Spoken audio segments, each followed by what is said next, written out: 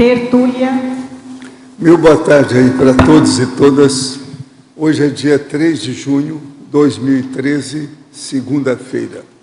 O verbete é de número 2677. Ele tem 7 páginas, 49 elogias e 21 máximos. Eu destaco aí a divisão do detalhismo, que tem 15 máximos. O tema é autotares essencial. A especialidade da conscienciologia é a autoconsciencioterapia. Quem redigiu o verbete é a nossa professora Dicéia, que está ali com uma infraestrutura aí de 3 professores. Definição. A autotares essencial é o alto efeito da consciência, homem, mulher, exercer sobre si a tarefa do esclarecimento, aprofundando estudos e pesquisas sobre os principais travões evolutivos detectados, rastreados, mapeados, descobertos e identificados, na condição de impedidores do autoalinhamento pensênico e da vivência do paradigma consciencial. A vivência da reconstrução do mater pensene pessoal, a vivência da autopensenidade transparente, a teática na reelaboração pensênica, a superação da pensenização infantilizada, a conquista da pensenização cosmoética libertária, a consolidação da autopensenização coerente à vivência cosmoética, a autoconscientização dos gargalos evolutivos, a autossuperação dos gargalos evolutivos, o auto-olhar tarístico, o entendimento do autofuncionamento, a vivência da autotares necessária ao realinhamento ao paradigma consciencial, o autoenfrentamento tarístico, a intencionalidade madura ao enfrentar o próprio porão consciencial, a autodocilização planejada, a convergência dos autoconhecimentos, em prol do exercício da autotares. Eu chamo a atenção que a fatologia tem mais de 20 linhas, eu li apenas as primeiras 5. A sinalética energética parapsíquica pessoal e o exercício da imobilidade física vígil, a autovivência do exercício das pulsações dos chakras, a eliminação da influência dos conluios extrafísicos, as reconciliações extrafísicas, os autoesclarecimentos com mediação dos reencontros extrafísicos, a vivência das retrocognições enquanto oportunidade desdramatizadoras da holomemória pessoal, da reelaboração paradigmática. Agora, na argumentologia, eu chamo a atenção aí para o tópico da traforologia, com 50 condições estagnadoras ou os traços fardos pessoais mais comuns da consciência, carente da autotares essencial. Então, são 50 itens. E na traforologia tem 27 trafores e ou posturas pessoais eficazes na prática da autotares essencial. Agora, na remissiologia dos 15 verbetes, nós destacamos 5. Autoabertismo neopensênico, autoimperdoador, rigorosidade, síndrome do conflito de paradigmas, trinômio, prioridade, desafio, autossuperação. Frase enfática.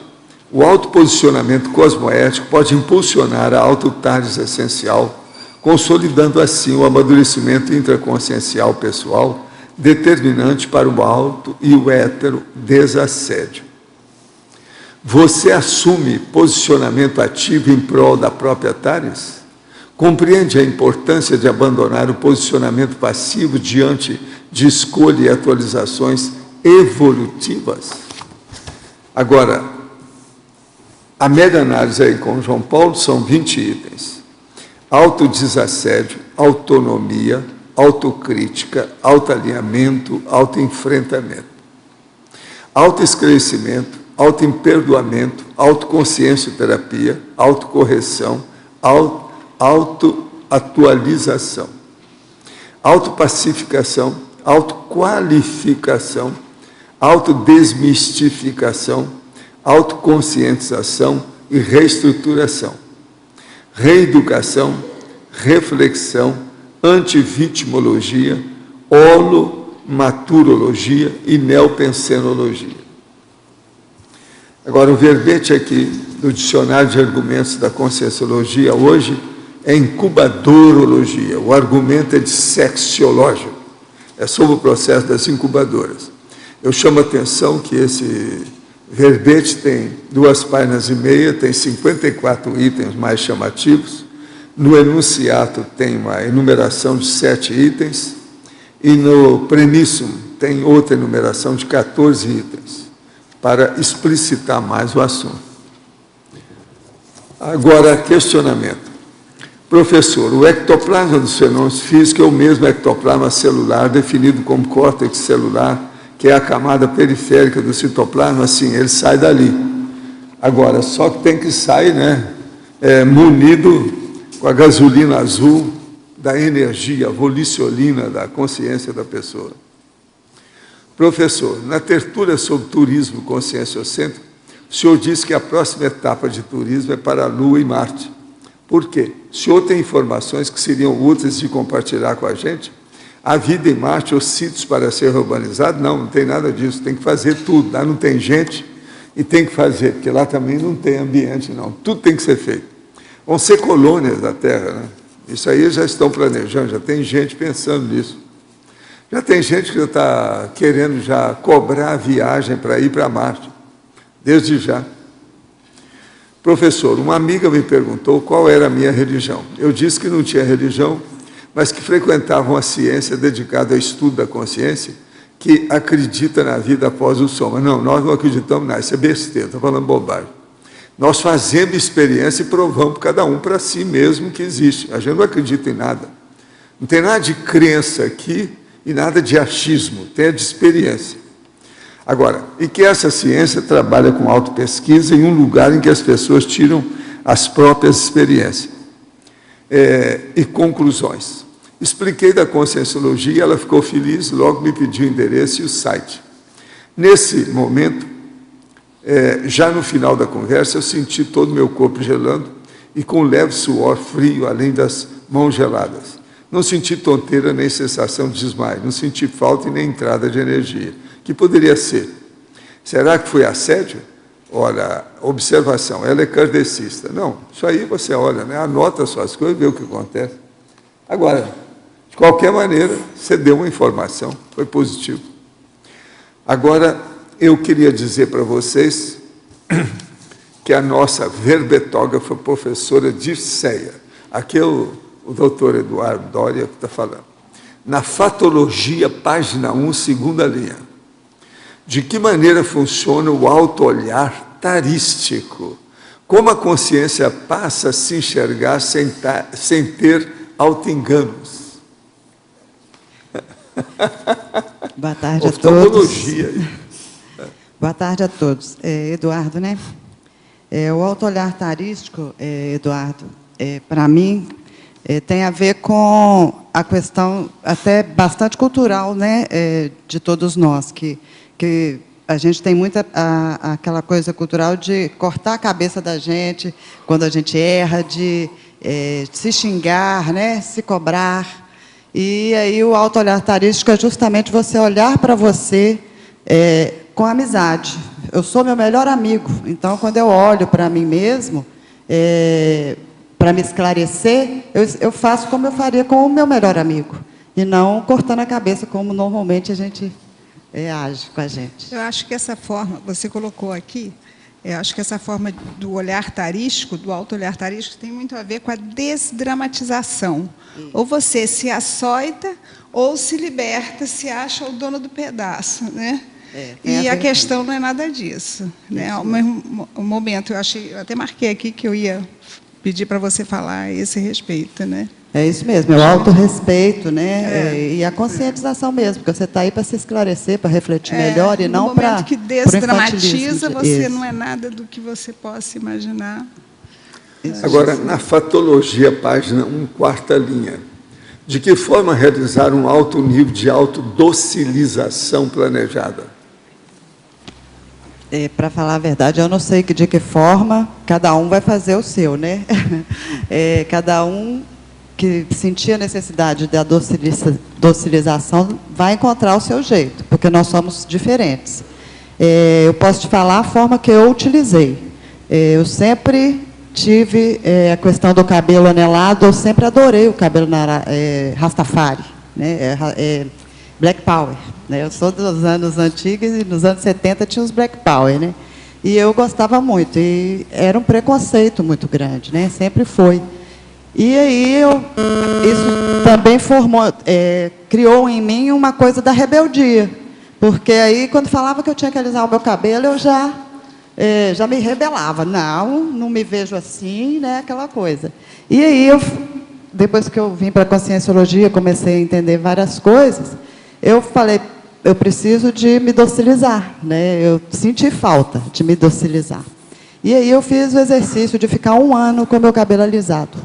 E eu olhava no espelho todos os dias e ia me docilizando, trabalhando em mim as coisas que eu precisava para aceitar essa docilidade, essa, né, pacificação interna em relação a isso. Esse foi o meu jeito. Agora, na Fatologia, página 1, a última linha.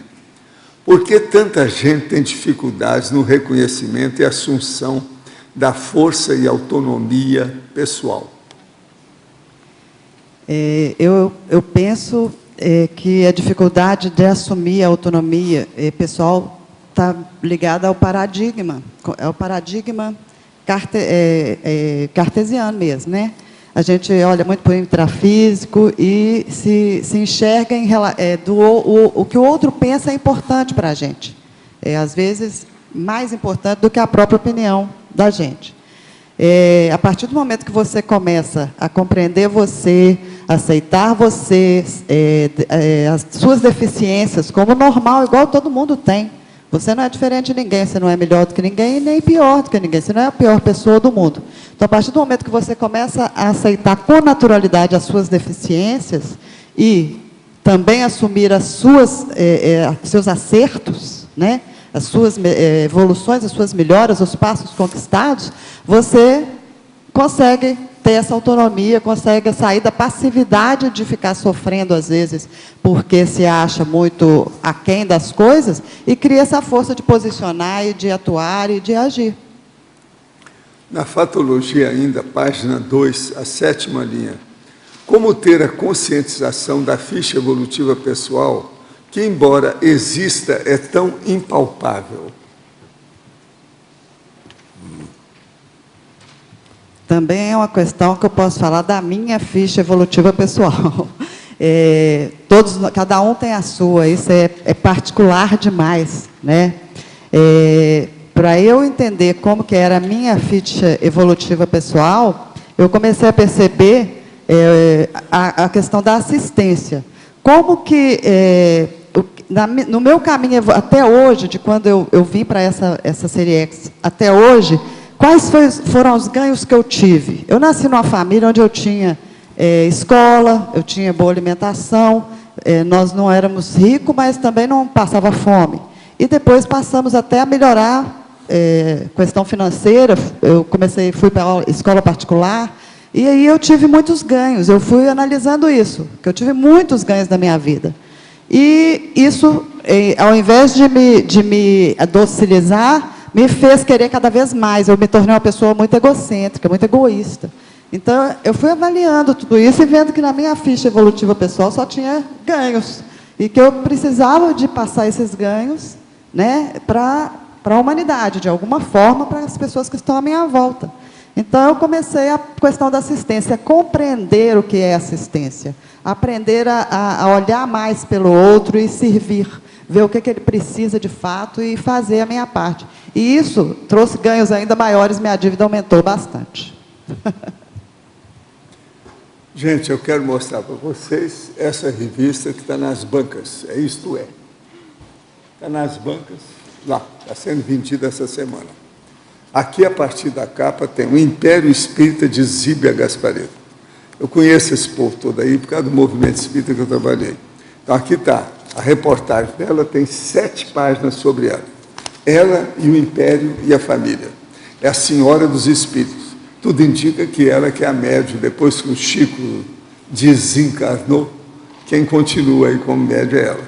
Agora, veja, essa reportagem é interessante, que ela tem 7 páginas do comportamento aí da família do Império Gasparetto, que tem ela e os filhos todos trabalhando para arranjar bastante dinheiro para poder divulgar as coisas deles. Agora, ela já escreveu 41 livros publicados, 16 milhões de exemplares vendidos, tem presença no rádio, na TV e na internet. Para vocês terem uma ideia, ela está com 86 anos atualmente. Agora, o que é bom nessa história é que ela está falando que ela não tem religião. Para a matriarca do clã Gasparetto, não há problema de ganhar dinheiro com a mediunidade. Quer dizer, ela fez a indústria da mediunidade, a indústria daqui que a gente chama hoje de psicografia, no caso, a indústria psicográfica. Agora, o filho dela, Luiz Gasparetto, fez fortuna com palestra de autoajuda e mora num palácio, no Ipiranga, para vocês terem uma ideia. Eles ficaram milionário aí na história. Agora, aqui mostra todos os filhos dela, o outro que é um músico também, que é o Irineu Gasparetto, que faz parcerias musicais mediúnicas com artistas mortos, como John Lennon e etc, etc. Ainda tem ainda o empresário Pedro Gasparetto, que toma conta da família, do costume da família. Eles têm um costume, para vocês terem uma ideia. Então, isso aí, o pai dessa turma, que era o Aldo Gasparetto, foi muito meu amigo. E ele dessomou mais cedo, deixou esse povo todo aí. E eles agora levaram a mediunidade para outro ponto. Agora, outra coisa séria que tem aqui, eu estou falando isso porque é desse povo espírita que vive falando aqui através, como teletertuliano, manda as coisas pelo online. Seria bom os espíritas lerem para ver o que é o espiritismo hoje. Aqui ela está falando, espiritismo brasileira. Então fala, o espiritismo kardecista, o espiritismo da Umbanda e o espiritismo espiritualista. Está tudo aqui com detalhes. Que isso vocês estão falando aqui, que é espiritismo brasileira. Quer dizer, tudo aquilo que o Chico fez, que a gente fez, que eu mesmo trabalhei lá, eu só deixei lá também milhões de exemplares vendidos em favor das obras assistenciais. Só eu publiquei, psicografado, 26 livros. Agora, o que se passa? Essa turma aqui jogou tudo isso no buraco, que atualmente só pensa em dinheiro, igual os evangélicos, só pensa em dinheiro. Então, eles acham que tem que ganhar dinheiro, ficar muito rico para poder ajudar os outros. E o processo da mediunidade virou uma indústria. Tem que dar o dinheiro para isso. Eu tenho, depois que eu deixei o movimento espírita, eu tenho mais de 50 livros. Eu nunca cheguei a ganhar dinheiro com isso. Eu não penso desse jeito. Agora, aqui está falando que muita gente não admite isso, não, que etc, tal, e ela não quer nem saber da opinião dos outros, o que quer que pense. Eles resolveram seguir esse caminho. O problema é deles.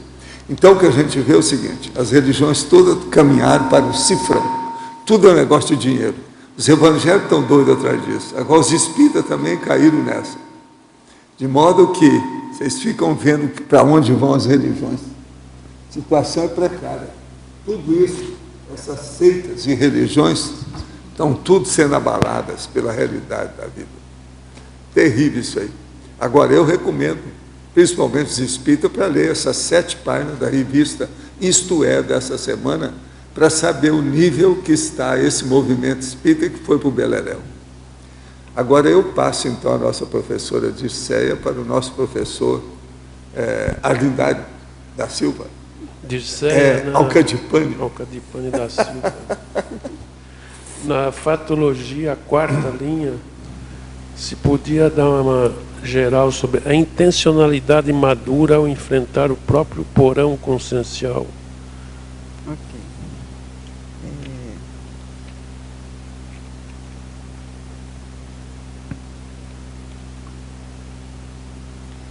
A questão da intencionalidade madura ao enfrentar o porão, o próprio porão, né, consciencial, vem da desdramatização, tem a ver com a desdramatização.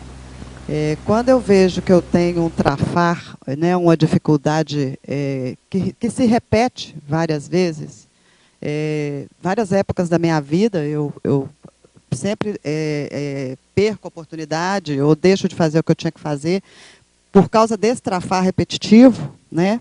Ao invés de eu fingir que ele não está lá jogar para debaixo do tapete, igual venho fazendo sempre, nessas repetições, nessas automimeses, eu paro, olho e começo a conversar comigo mesmo. Espera aí, o que é que acontece de fato? E aí eu começo a enumerar claramente onde é que há uma autocorrupção, ou que há um ganho secundário, e aí por isso eu faço aquela opção. É olhar claramente, sem dor, né? Sem ficar dramatizando ou tentando dissimular que a gente tem aquela dificuldade. É isso.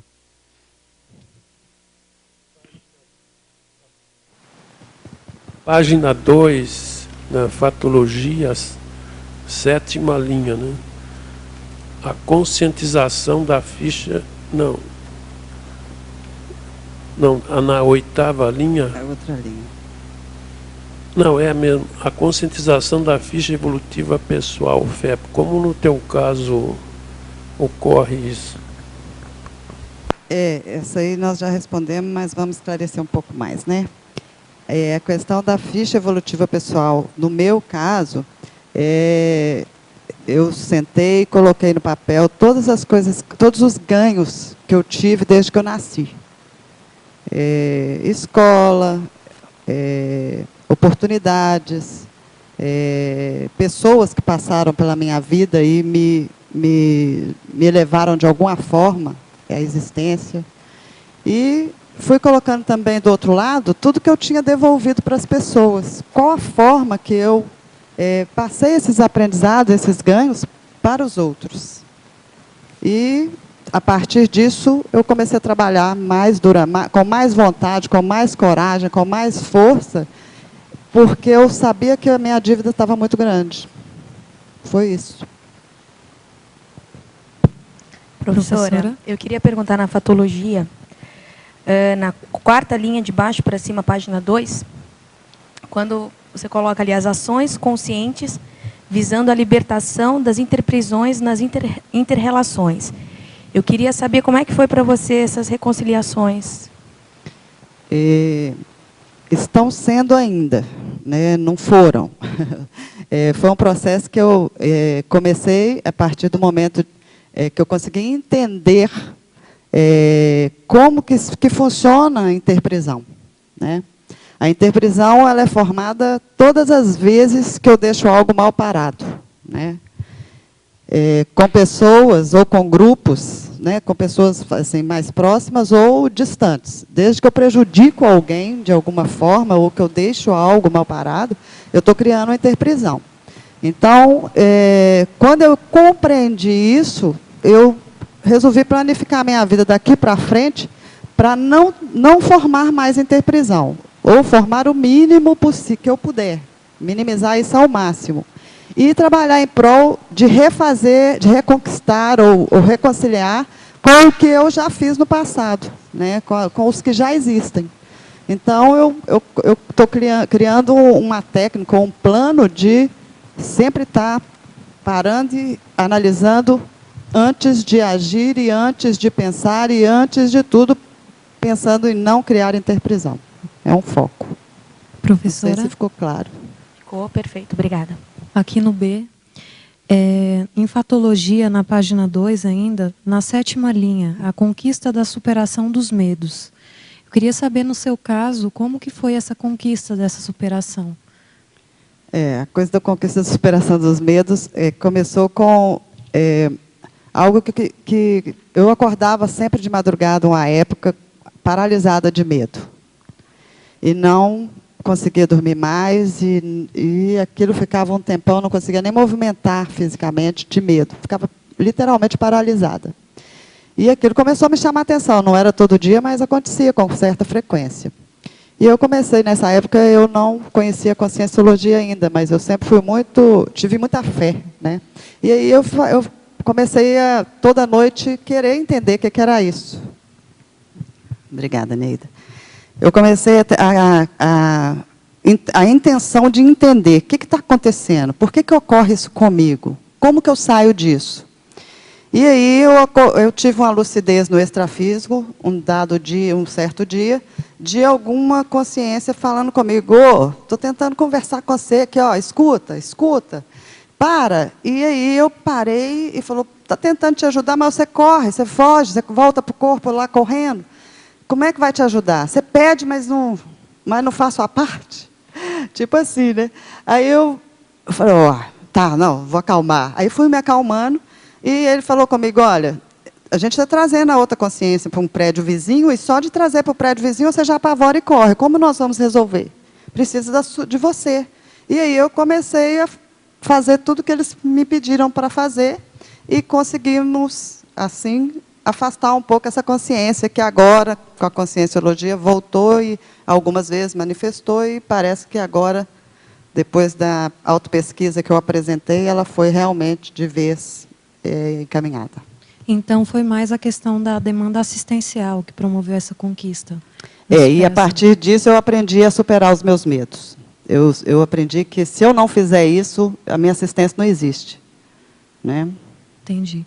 Continuando aqui só na sindromologia, gostaria que você aprofundasse sobre a qualificação assistencial para superar a síndrome do vampirismo bioenergético.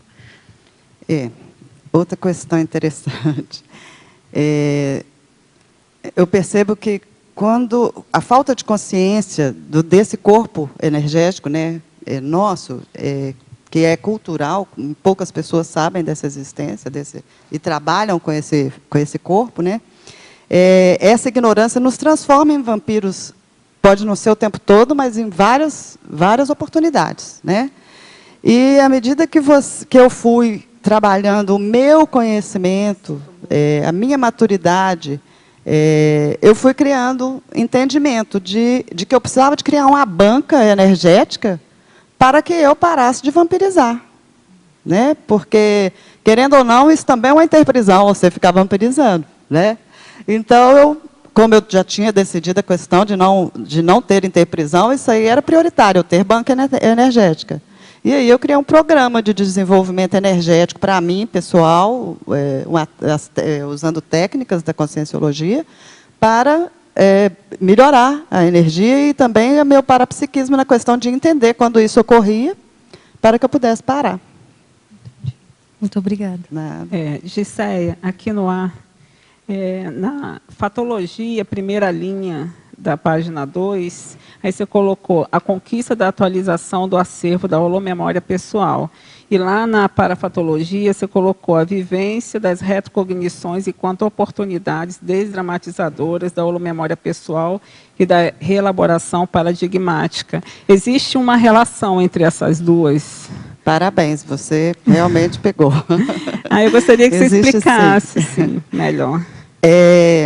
Aqui também foi uma vivência pessoal amparada. Eu criei uma técnica, de acordo com o professor Maurício, eu criei uma técnica que eu achava que era a imobilidade física vígil. Eu faço a imobilidade física vígil, mas de frente para o espelho. E me auto-enfrentando, lidando com tudo que vem, tanto mental quanto emocional. Eu vou questionando e vou me esclarecendo, refletindo a respeito, buscando aprofundar na minha forma de manifestar. E um dia que eu estava fazendo isso, eu me vi, de repente, dividida em duas. Estando ali, eu percebia estar em outro lugar também. E foi uma outra existência que eu tive, onde eu acabei dessomando de uma forma violenta, e quando eu dessomei, eu me vi no extrafísico com muita raiva, mas com muita raiva e revoltada. E aí eu comecei isso está até ligado com uma outra parte aqui de conluios, que fala aí na fatologia, na parafatologia. Que eu fiz conluios mesmo, verdadeiros conluios extrafísicos, para vingar daquelas pessoas que eu havia dessomado morrendo de raiva. E, durante esse exercício que eu estava fazendo, eu fui revendo toda essa história, e, ao mesmo tempo que eu revia essa história, estando diante do espelho, eu fui sentindo como se estivesse desprendendo de mim cristais, raízes, coisas desse tipo. E eu ia sentindo, liberando. E eu passava assim, por arroto, muito bocejo, lacrimejar e muitos arrepios generalizados assim, em várias partes do corpo. E ficou um bom tempo acontecendo isso, eu tendo a percepção de toda a história e a emoção vindo, e eu sentindo essa emoção sendo transformada, sendo liberada. Depois de certo tempo, eu comecei a sentir... Quando a criança nasce, que a gente está grávida e a criança nasce, a gente demora um tempo para o corpo voltar à temperatura normal. Então, a gente fica tremendo um tempo, né, para adaptar novamente. Eu senti isso. Fiquei um tempo adaptando o meu holossoma à nova condição dessa limpeza que ocorreu. Ficou claro? Ficou. Obrigada. Nada. Dirceia, na página 4, em Culturologia, a superação da cultura das justificativas para os próprios comportamentos. Eu gostaria que você falasse um pouquinho mais como que foi essa superação. Essa é uma questão muito antiga na humanidade. Eu vejo assim, principalmente onde eu fui criada, no meio onde eu fui criada, tinha muita questão dos egos, né, de estar certo. Eu estou certo, eu tenho razão.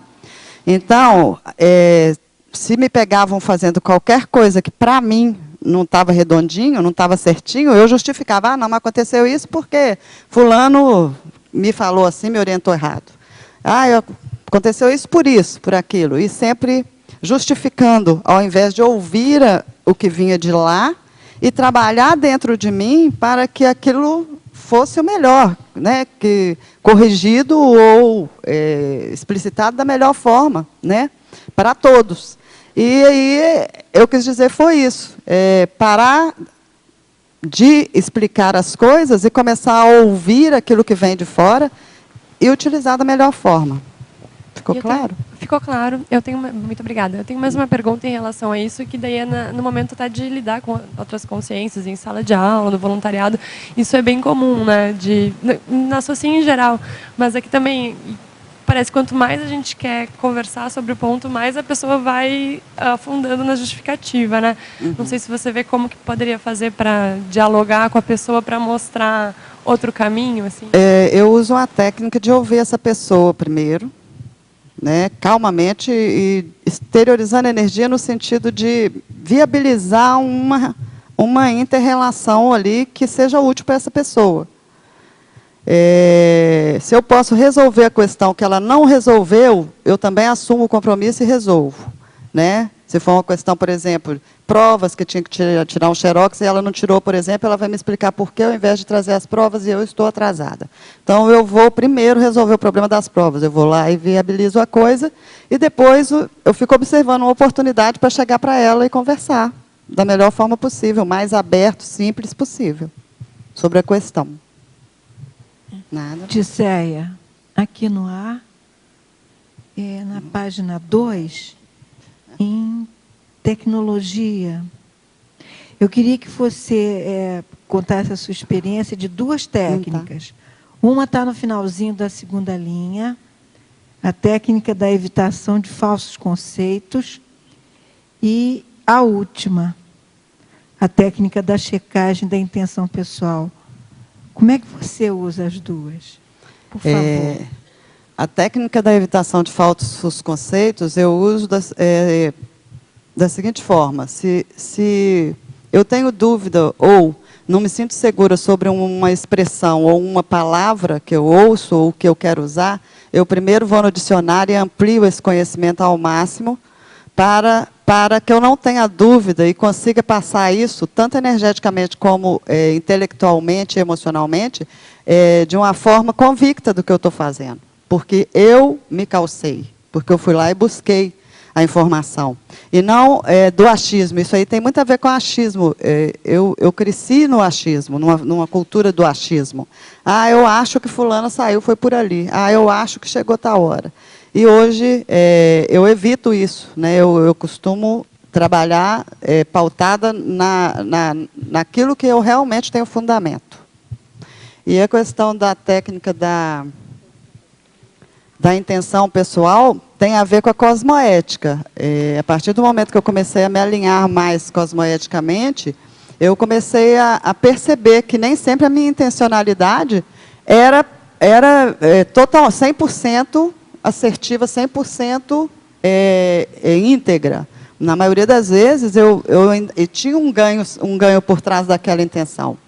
E eu fui corrigindo. Então, eu acho que tem a ver com a cosmoética. Eu checo hoje, essa técnica é assim. Tudo que eu vou fazer, eu pergunto, por que eu vou fazer, para quem que isso é bom, né? E se eu estou fazendo porque, assim, de uma forma assistencial e não desejando algo em troca. Aí eu checo a minha intenção. Se minha intenção não for 100% sadia, aí eu prefiro não fazer ou achar uma outra forma de fazer onde ela seja sadia. Ficou claro? Ficou translúcido. Muito obrigada. Parabéns pela forma como você está apresentando o seu verbete. Obrigada. Professora, Disséia. aqui no lado B, eu queria que você comentasse um pouco sobre o último item da patologia, na página 2, a autossuperação madura dos sentimentos de menos-valia e da angústia de ser só. Obrigada pela pergunta. Essa pergunta é muito interessante.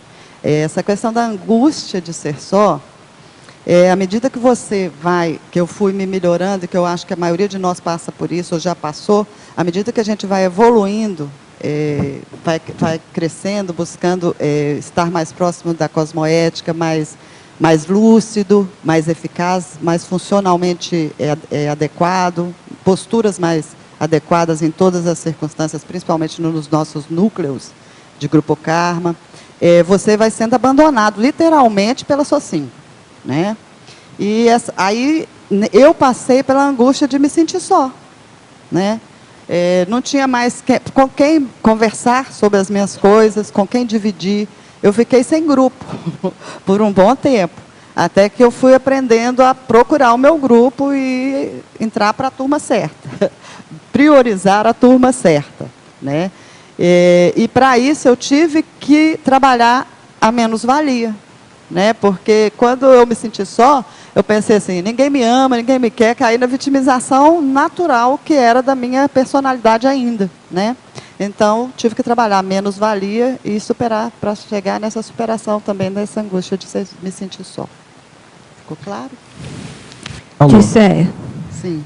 Em fatologia, na página 2, na 4ª linha, gostaria que você falasse um pouco a respeito de apermissividade da automanifestação do infantilismo. Essa coisa passa um pouco pela questão da autocorrupção, né?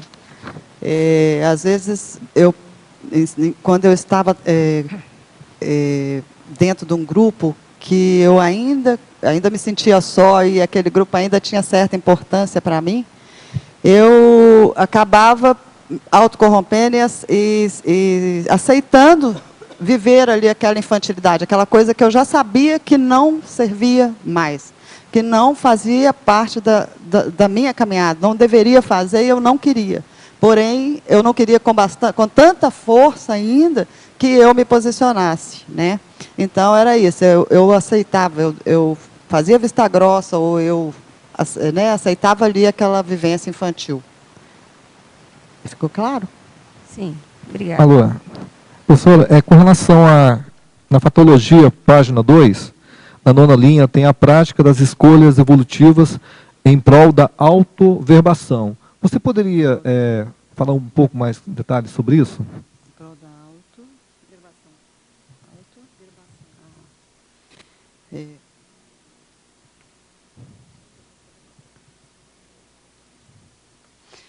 Tá. Essa questão, para mim, foi assim. A teática, né? Eu começava já a entender as ideias da conscienciologia, mas eu ainda não vivenciava a retilinidade, né, do paradigma consciencial.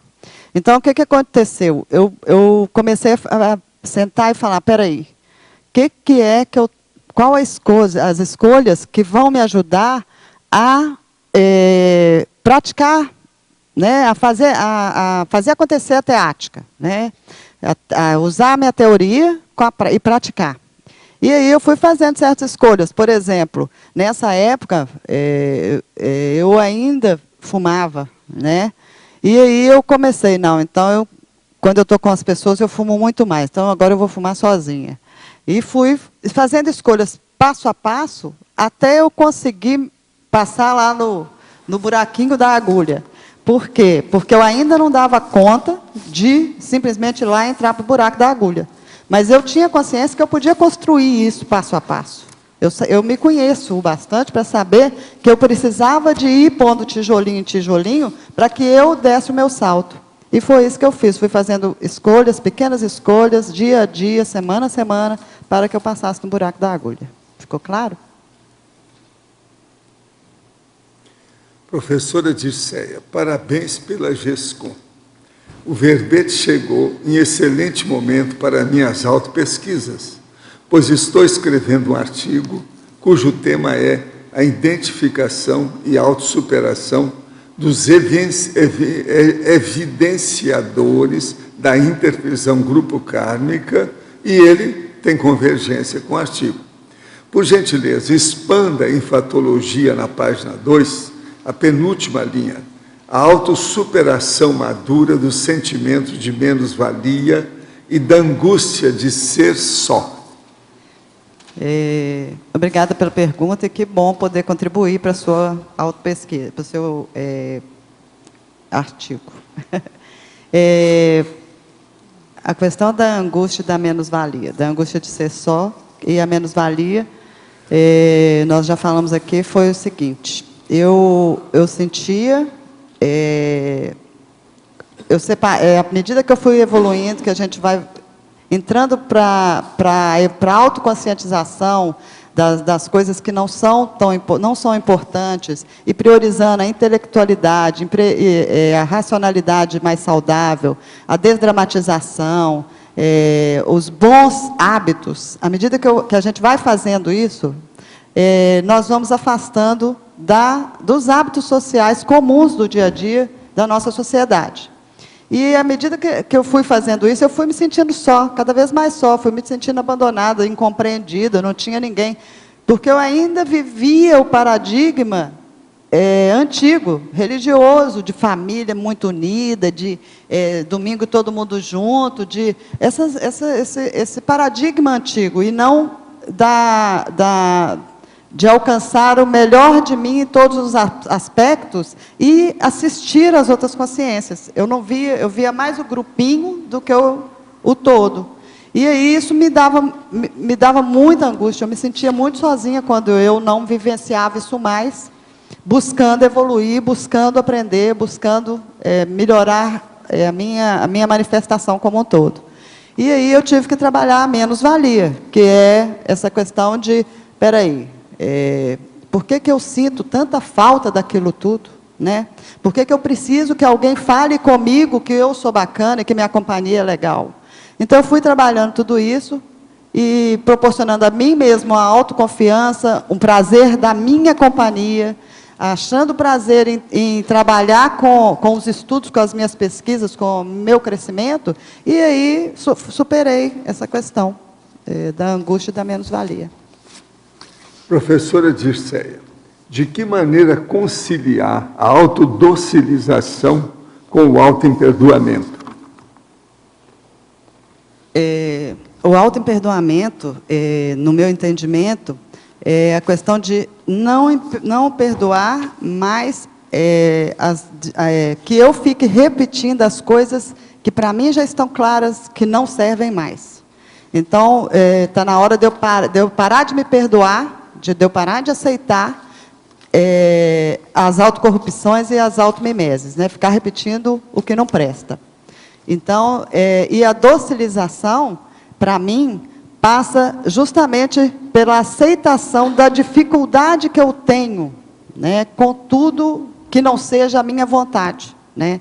Tipo assim, o egoísmo, o egocentrismo do ser humano, ele é tão arraigado que tudo que não é da minha maneira, que não é bacana para mim, de certa forma, me melindra, me incomoda, né?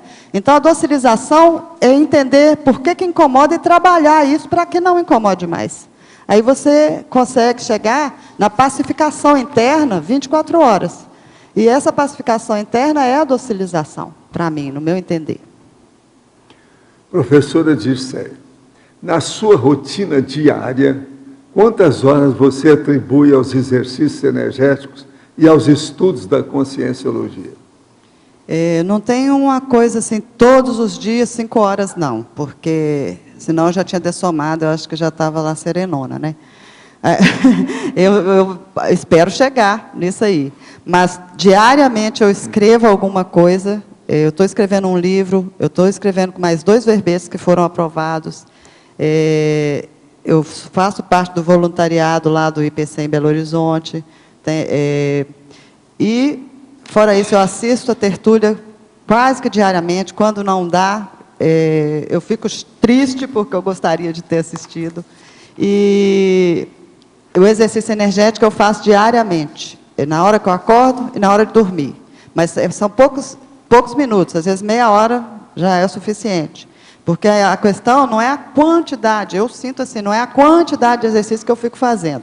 É quando é que eu alcanço um nível de vibração energética para já linkar com o amparo e estar pronta para o trabalho, tanto o trabalho físico quanto extrafísico. Agora, em Parafatologia, página 2, penúltima linha, a Verbetóloga poderia aprofundar a assunção do papel de embaixador consciencial multidimensional? Sim.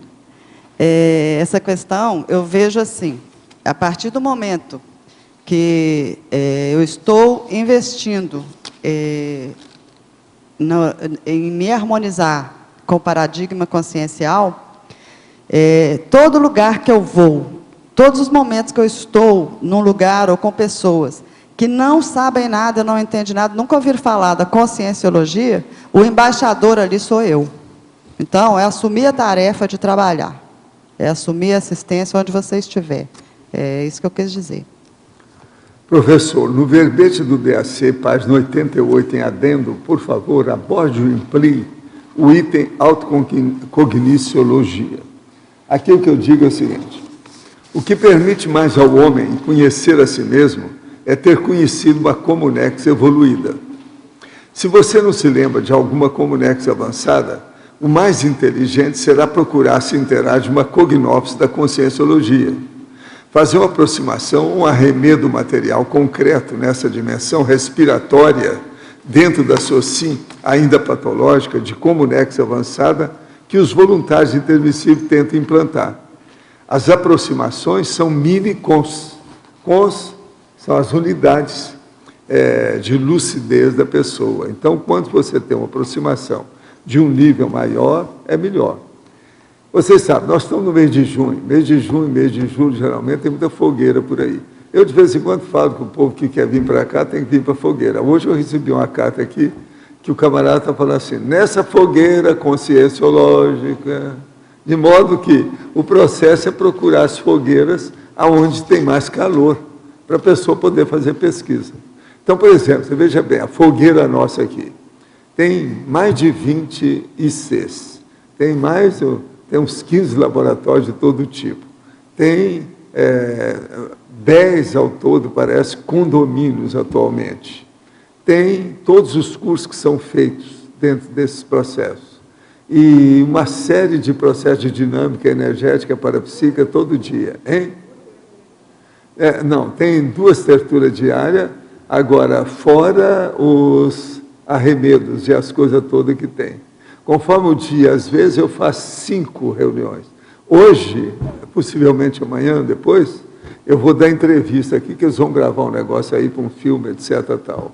Então, isso tudo hoje eu não vou sair daqui. A hora que vocês forem embora, eu vou continuar, porque eu vou dar a entrevista vai ser dada aqui dentro.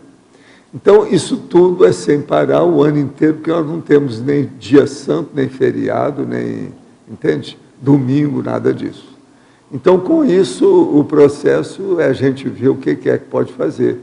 No caso aí que ele está procurando, é a autocognição, é você conhecer você mesmo. Isso é muito importante. Todos esses verbetes, inclusive da nossa professora, está falando justamente nesse sentido da autocognição. Nós já somos, ao todo, 269 verbetógrafos, quer dizer, enciclopedistas. E a gente está caminhando aí para chegar a 500. Esse aqui é o meu plano. Agora aqui outro. Professor, iniciei a TENEPS e hoje será o 6º dia de prática. Estou seguindo o manual à risca e esperando pelos 6 meses difíceis. Se durante esses 6 meses, mesmo pensando bem de todos e seguindo a prática à risca, não houver aparecido nenhum amparador e nenhum fenômeno extrafísico, então abandonarei a conscienciologia. O que o professor acha disso? Acho que você está certíssimo. A gente fica livre de você e você fica livre da gente. Perfeito. É isso mesmo. Tudo tem que ser assim. A gente tem que manter a autocrítica e a heterocrítica. Agora, ó, se você está fazendo tudo certinho, de acordo com o manual, vai ter amparador. Feliz ou infelizmente, é possível que você não vai poder ir embora, né? Eles vão te segurar por aí. Professor, estou cursando o 6º ano da Faculdade de Medicina, atualmente, passando no bloco da UTI. Tivemos, uma semana passada, uma paciente de 26 anos que evoluiu com morte cerebral. O soma funcionava normalmente, exceto o controle de temperatura, fazendo hipotermia. Nesses casos, o psicossoma ainda está ligado ao soma? Está. Em que momento ocorre o rompimento do cordão de prata? É a hora que dá o processo que acaba a conexão da medula oblongata, que é aí, atrás, aí, junto do cérebro, com o problema da coluna. Agora, o que é que você pode fazer com essa pessoa? Se você puder lá e tiver uma certa liberdade, faça arco voltaico nela. Vamos ver o que é que dá. Porque, às vezes, as pessoas mudam. Porque, às vezes, aquilo que os aparelhos estão mostrando, que é uma morte cerebral, ainda tem uma nesgazinha de vida. E a pessoa vem. Essas coisas existem. Isso tudo já aconteceu. Eu já vi isso tudo em enfermaria. Professor, por que o laboratório de pensenologia é o mais impacterápico de todos? É uma boa escolha como primeiro laboratório a ser experimentado? Não, aí depende da pessoa. Eu recomendo para a pessoa que mexe com o processo, que pensenologia, às vezes, tem problema até de extraterrestre lá funcionando. Então, tem que ir com calma. O nível é alto. Agora, uma pessoa que está começando, primeira coisa, teria que ver se você é assim ou você é assim. Para ver se você precisa de ir no mobilidade física vista que você falou aí e tal. Nós precisamos desse laboratório, que foi o primeiro que foi feito. Às vezes as pessoas precisam disso. Se você é desse jeito, ó, o primeiro é mobilidade física vista.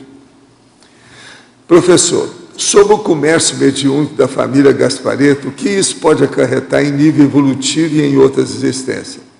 Não. O ideal é o seguinte, se eles estão fazendo assistência, mesmo que seja de TACOM, já é alguma coisa, então tem atenuante. Agora, o agravante é que isso dá um mau exemplo para esse povo todo perante o processo extrafísico. Você veja bem, só eu trabalhei no movimento espírita há 28 anos a favor da mediunidade gratuita. Chico Xavier trabalhou só praticamente uns 80 anos lá dentro. Então, são muitos médiuns, muita gente que já passou, eles julgaram o espiritismo da Allan Kardec, o espiritismo das federações, no buraco, né? Agora, tem muita gente assim. Esse João de Deus também, ele cobra, tem uma opção de coisa. Ele não tem religião, ele mesmo falou, é igual a Zíbia. Então, a moda agora dos espíritos é essa. É dizer, eu não tenho religião, o espiritismo também é umbanda, isso não era assim. Havia até muita processo de polêmica, essas coisas todas.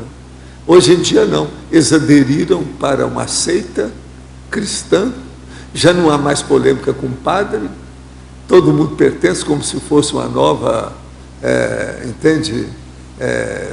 parte da própria Igreja Católica, do cristianismo, com essa história toda. De modo que eu só falei nisso aqui porque eu tenho os espíritas aí de Papa Amarelo, que é bom de saber.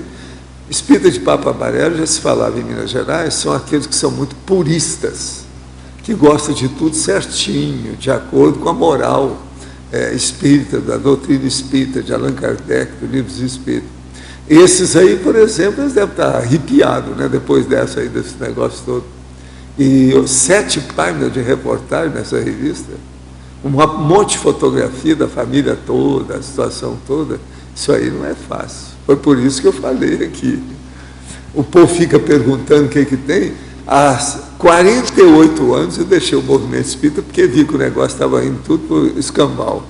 E outra coisa, tentei falar sobre Tales, que é a tarefa do esclarecimento. Ninguém queria saber disso. Quer saber só de consolação para virar santo.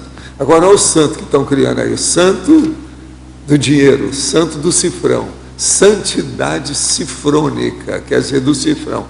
Isso aí é um negócio seríssimo, né? Outra coisa, é bom eu explicar aqui mais uma vez, aí, porque às vezes o nosso amigo aí, que é de Belo Horizonte, não ouviu eu falar. O caso todo é o seguinte, eu já falei que o que é muito interessante atualmente é a gente ver os evangélicos, que, vocês sabem, os evangélicos são os protestantes antigos, lá do Calvino, daquela turma toda, que combateu a Igreja Católica, porque eram os vendilhões do templo. Eles começam a dar as indulgências e cobrar. A Igreja Católica começou com isso. Então, isso tudo deriva dos judeus. Jesus Cristo era judeu. Os apóstolos do J. Cristo, tudo era judeu. Então, tudo tem o dinheiro atrás. Agora, Calvino e os protestantes se destacaram e fizeram a dissidência da Igreja Católica, criaram o protestantismo, devido ao processo de cobrar das indulgências. Agora veja, a Igreja Católica continua do mesmo jeito, cobrando as indulgências, tudo. E eles agora, os evangélicos, é que cobram mais. Então fazem templos para milhares de pessoas. Já tem um cara que é um dos mais ricos do Brasil, que é um bispo, que já é bilionário no Brasil. Agora veja, então os evangélicos, o que eles estão fazendo? Eles já mudaram tudo. Aquilo que a igreja já tinha mudado do J. Cristo, que o J. Cristo não cobrava de ninguém. Ele então não sabia mexer com dinheiro, não conhecia economia. Agora então, a Igreja Católica começou a cobrar as indulgências, isso e aquilo, casamento, batizado, isso e aquilo. Agora, os evangélicos atualmente cobram muito mais, mas de uma maneira absurda. Todo mundo que aparece lá tem que ceder algum dinheiro. Estão ficando cada vez mais bilionários. Então eu falei, eles estão esperando a volta do Cristo, porque eles falam que estão esperando a volta do Cristo, né? O advento, a volta. E deve ser então para ensinar para o Cristo como é que ganha dinheiro. Que Jesus Cristo não ensinou nada disso. Esse é o cristianismo atual que nós temos por aí.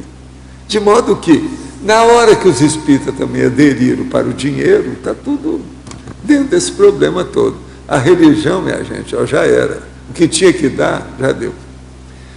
Professor, depois de alguns cursos do IPC em Belo Horizonte, constatei alguns aspectos sobre o grupo familiar. Eu tenho 54 anos, 1,60 m de estatura, peso 48 quilos. Faço exercício físico e trabalho como professora. Minha mãe dessomou muito magra e sempre pesou 38 até 40 quilos. Tem dificuldade para engordar e minha mãe também tinha. Isso reflete também nas minhas energias, pois às vezes sinto indisposição. Entrei para fazer musculação e percebi que tenho dificuldade para ter suor. Faço reposição hormonal há mais ou menos 9 anos. Olha, o problema todo aí é que você está com o processo da dona Menô. Tem que examinar o processo por aí. Dona Menô é aquilo que o Chico Xavier chamava que é a menopausa, para não falar que é a menopausa, então ele falava que é a dona Menô. Então, a dona Menô é que está tendo. Isso tudo que você tem é derivado disso. Agora, o que eu te aconselho é o seguinte, você vai arranjar uma dietista e levar a coisa séria para aumentar o seu peso. E fazer um check-up geral com esses aparelhos todos que tem, para ver como é que estão seus órgãos e sistemas de uma maneira da cabeça aos pés, independente do processo hormonal. Continua com seu processo hormonal, mas veja o problema da dieta para reforçar a munição de boca. Olha bem o que você está comendo. E outra coisa, às vezes é bom sim ampliar o peso para aumentar as reservas do seu corpo, para você aguentar o que vem por aí. Uma outra coisa, você está com 54 anos, está na hora de ver essas coisas. Isso aí vai passar o processo hormonal, que já tem 9 anos que você está com reposição, já está chegando a hora que isso aí vai estabelecer. Então aí, a melhor coisa que você faz é começar a trabalhar também com mental soma, processo intelectual. Procura escrever, procura ler, fazer anotações, registros. Isso aí vai melhorar você. Primeira coisa, você tem laptop? Tem que arranjar. Agora, não deixe de fazer exercício. Exercício eu sempre recomendo, não é andar por aí não, porque a vida está muito poluída. Até Belo Horizonte tem lugar que está poluído. Então vai com calma com isso. O ideal é arranjar uma esteira aeróbica e você colocá-la dentro de um quarto que tenha bastante vento, que entre pela janela. É o melhor que você faz. Você faz isso em casa, não tem problema. Você faz exercício à sua vontade, o tanto que você precisa. E outra coisa, a melhor esteira aeróbica que tem, o título dela, que é o nome técnico, a marca comercial dela, na verdade, é de origem americana lá, com os negócios todos, e que mexe com o processo de muita mola. Tem 4 molas de cada lado por baixo. Então, isso aí não força muito a barra da pessoa que andar. Se você puder adquirir esse tipo de esteira aeróbica com mola, é melhor também para o seu processo de exercício. De modo que o nome, o título é Nordic Trek. Nordic Trek. É a melhor esteira que tem na praça por aí afora. Professor, eu queria voltar nesse negócio da revista. O senhor acha que essa reportagem, ela vai causar mais problema para eles ou melhorar? Não. Isso aí não causa problema, porque eles já estão assim há vários anos, já acostumaram com isso. E outra coisa, eles têm uma freguesia muito grande atualmente, porque ela já publicou 16 mil exemplares lá dos livros dela. 16 milhões de exemplares. Então, mas essa visão... São 41 livros, parece que ela já publicou, de romance. Romance pega o povo todo, olha o caso do Paulo Coelho. Está na moda esse negócio, sabe? Processo de literatura. Então, mas o é a besteirada das vidas passadas. Agora, o problema todo é que ela está repetindo tudo das vidas passadas, né? Romance, dinheiro, o processo de montar um império. Então, já acabou, tem que acabar com isso. O problema é distribuir as coisas para todo mundo trabalhar com a gente. Por exemplo, nós aqui, é muita gente que trabalha. É um colegiado. Então, tem um monte de gente na administração. Eu não estou praticamente dirigindo nada. Eu venho aqui para fazer minhas aulas. Esse viés que o senhor está enxergando, será que esses do Papo Amarelo não vão enxergar desse jeito também? Não, o Papo Amarelo já combatem eles lá há vários anos, mas fica por isso. Outra coisa, a revista está falando que os espíritas atualmente são 3.800.000 que está registrado. Eu estou achando até que está baixo, porque eles falavam que era 5 milhões. Eles falaram agora 3.800.000, eu não sei por que isso. Agora, está lá na revista. Extrafisicamente, o Chico Xavier, ele tinha uma Equipex ou alguma coisa que a gente pode chamar disso, de consciência que psicografava. Todo mundo tem, qualquer religião. Outra coisa, principalmente se começa a fazer assistência, sempre tem assistência de guia cego.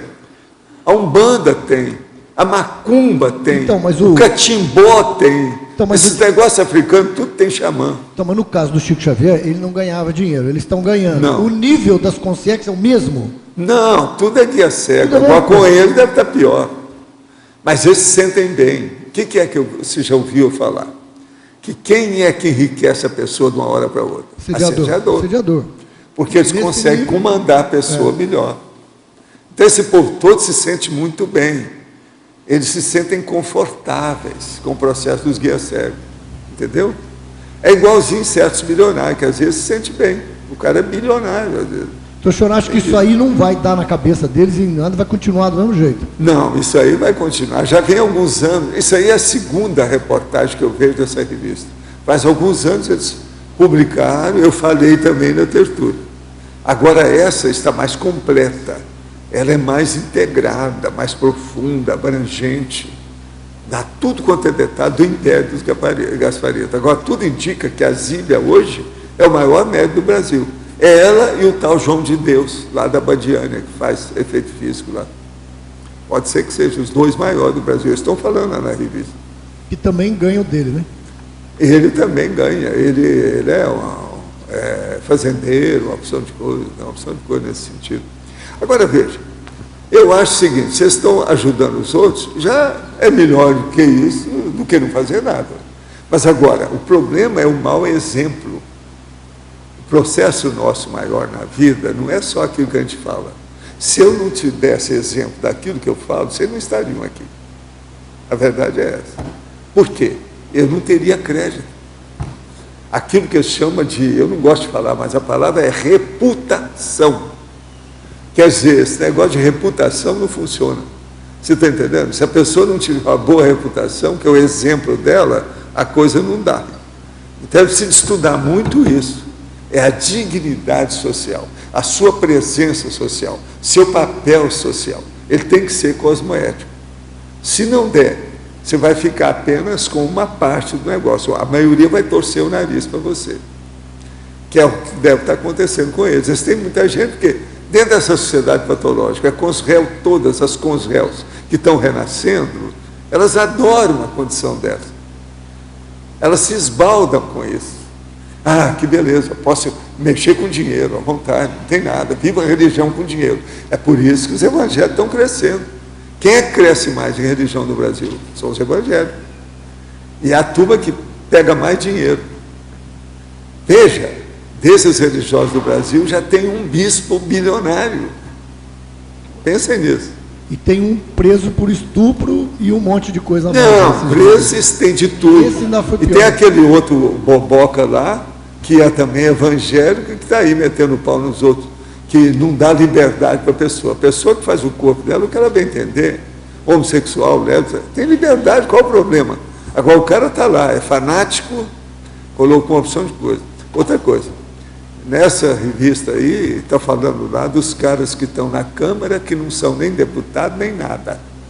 E lá usa tudo quanto é funcionário lá dentro para espalhar o processo dos evangélicos. Está lá, tem o nome do cara, tem tudo isso.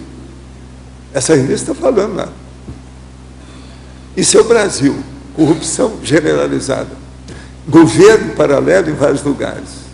Poluição ampliando cada vez mais. C'est le Brésil. Vamos ver o que vai dar. Valdo, hoje você falou lá do capitão, que é um serenão que veio hoje aí. Eu não entendi direito o que ele veio fazer aqui. Você falou que está ligado a incógnito, um monte de coisa, mas aí... Ele veio me dar umas dicas aí de umas coisas que eu falei aí na mini tertúlia, né? Que a mini tertúlia a gente pode falar mais intimamente. Mas se quiser eu pergunto amanhã. Atrás dos bastidores. Entende? Então, a gente deu a indicação do que era. Eu li as coisas nossas, minhas pensatas aí a respeito do assunto, e respondi também os questionamentos aí do professor Lógico.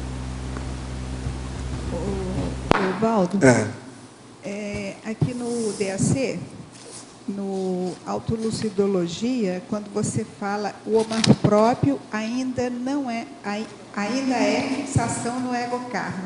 Queria que você abrangesse.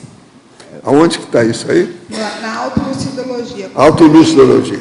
A primeira evidência de lucidez de uma consciência é o ato de cumprir suas obrigações inarredáveis com bom humor. O amor próprio ainda é fixado no ego-karma.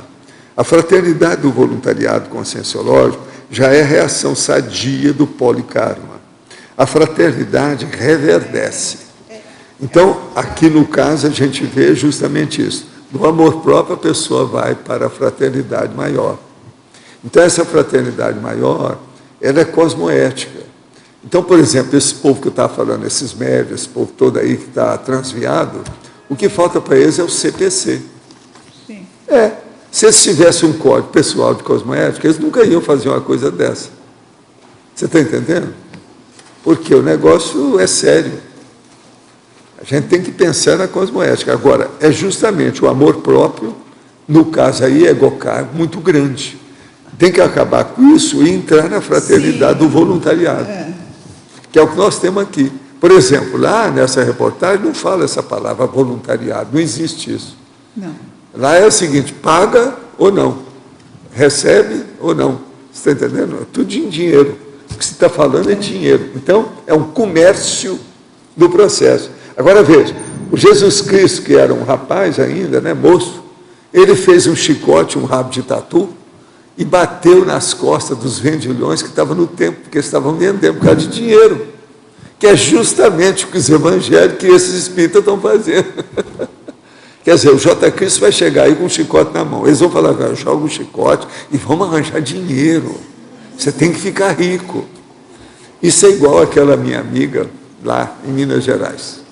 Ela era muito boa, fazia muita assistência. Então, resolveu fazer um concurso e entrou num concurso com imposto de renda e outras coisas do governo. E se transformou numa servidora pública. No primeiro mês que ela foi trabalhar, ela fez mais serviço que a repartição inteira. Aí, quando terminou o mês, que eles viram aquilo, falaram assim, isso é um absurdo. Todo mundo se reuniu em torno dela e falou assim, olha aqui, ou você faz, diminui tudo que você está trabalhando aqui, ou senão você não vai ficar aqui, nós vamos dar um jeito de tirar fora. Mas a repartição toda deu conta nela, que não podia trabalhar daquele jeito. Aí colocaram a dona no arquivo, para trabalhar no arquivo e estancaram ela lá, para ela não ter que fazer nada. Aí a minha amiga chega para mim depois de um mês e fala para mim, Valdo, você acha que eu continuo lá? Eu falei assim, o problema é seu. Você fez o concurso, ela passou nos primeiros lugares no concurso, tudo, alto nível. Aí você vê, vamos servir o Brasil. Agora, o Brasil é esse que você está vendo, o que vai fazer? Lá pelas tantas, ela não aguentou, ela caiu fora, alguns meses depois. Não, agora o melhor da história, eles trabalharam lá e viram que o trabalho que ela fez, ela acionou de tal maneira, num mês, o primeiro mês, que equivalia a mais ou menos uns 4 meses da repartição inteira. A repartição inteira. Então eles ficavam absurdos. Não, você vai aumentar o serviço da gente, como é que a gente faz? Então é a turma do paletó. Você sabe como é que é a turma do paletó? O cara chega de manhã, assina o ponto, deixa o paletó na cadeira, depois vai para a rua cuidar da vida dele. À tarde ele passa lá e pega o paletó de volta. Tudo bem por aí? Sem novidade? Tudo ok. Então, tchau. Aí o pessoal pergunta, né? O pessoal pergunta, cadê o fulano? Ele está por aí, o paletó dele está aí. Não, né? não, coitado, ele está com uma dor de barriga danada, ele deve estar no banheiro. O paletó é assim que eles falam. Aqui, eu quero fazer uma pergunta aqui para a Dirceia, para ela explicar para a gente não guardar, né, essa manha aí da técnica da evitação da interprisão. Avisa? A técnica da evitação da interprisão é justamente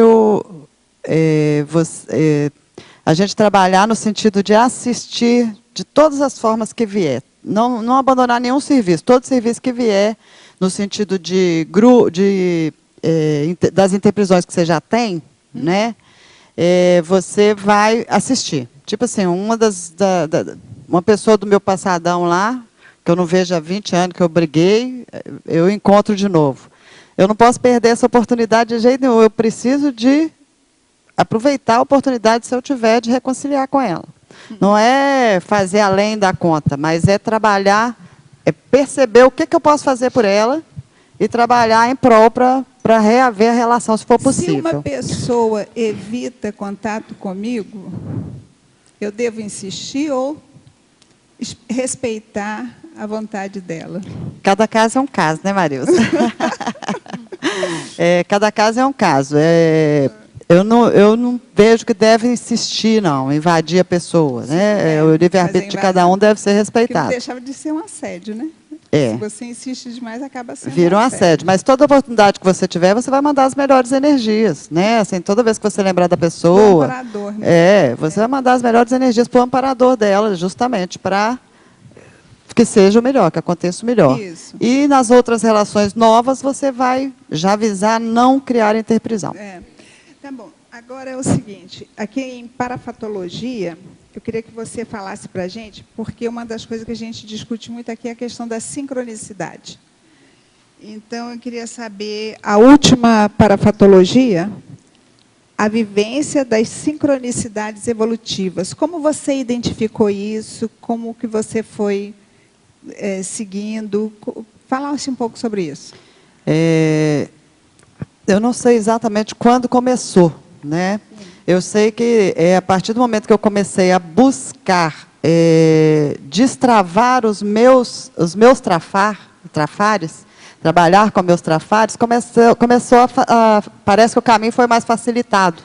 Eu entrava numa livraria, por exemplo, algum título de livro me chamava, e aí quando eu comprava aquele livro e levava para casa e lia, ele estava justamente tratando da questão que estava me incomodando no momento, do conflito do momento.